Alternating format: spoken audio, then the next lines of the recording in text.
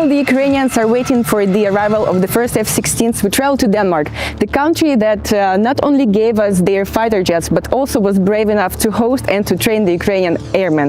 So let's find out how is it going for both sides. In July 2023, Ukraine and several other countries formed the so-called F-16 coalition, which is led by the United States, Denmark and the Netherlands.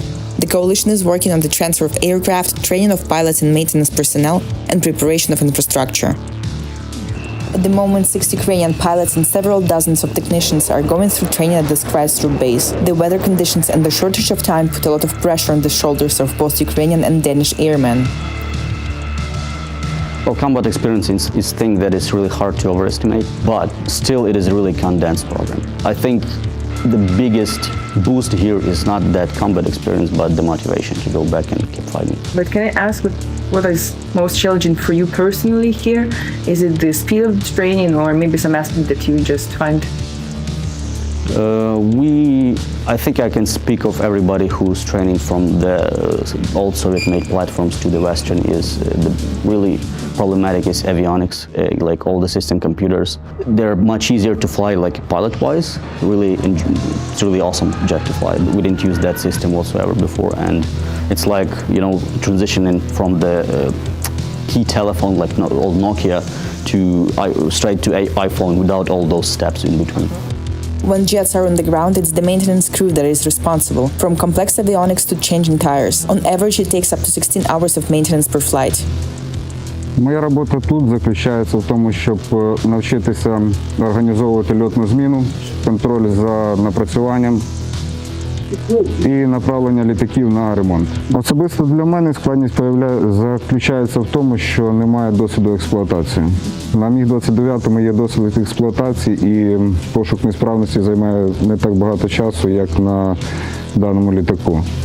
Але згодом, я думаю, що ми набудемо досвіду і це буде даватися набагато легше. So right now we are witnessing the Ukrainian maintenance crew chief preparing this F-16 to the takeoff.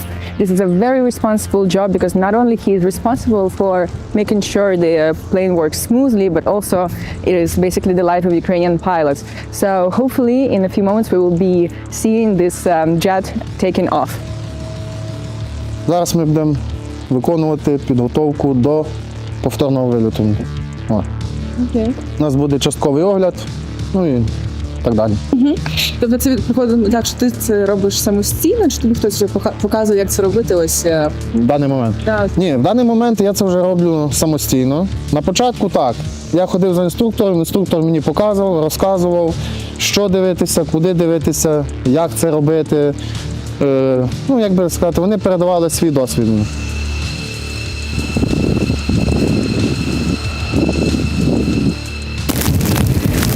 So as the theoretical part of the studying program is almost over, now it's all about practice, and in a few seconds we'll be able to witness the Ukrainian pilot piloting his H-16 just from that side, and we are super excited and also very hopeful to see the guys and the plane soon to be in Ukraine.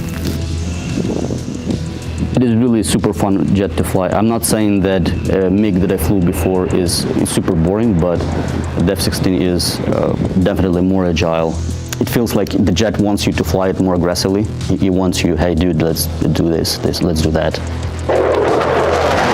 For Ukraine, the F-16 is crucial. This most popular jet in the world has been upgraded constantly and can compete with modern Russian jets. With the F-16, the pilot can keep enemy aviation from Ukraine's borders, minimizing the possibility of dropping glide bombs on the heads of Ukrainian civilians and soldiers. It will also cut down the dependence on spare parts, as those produced for old Soviet-made MiGs and Sus are very hard to come by.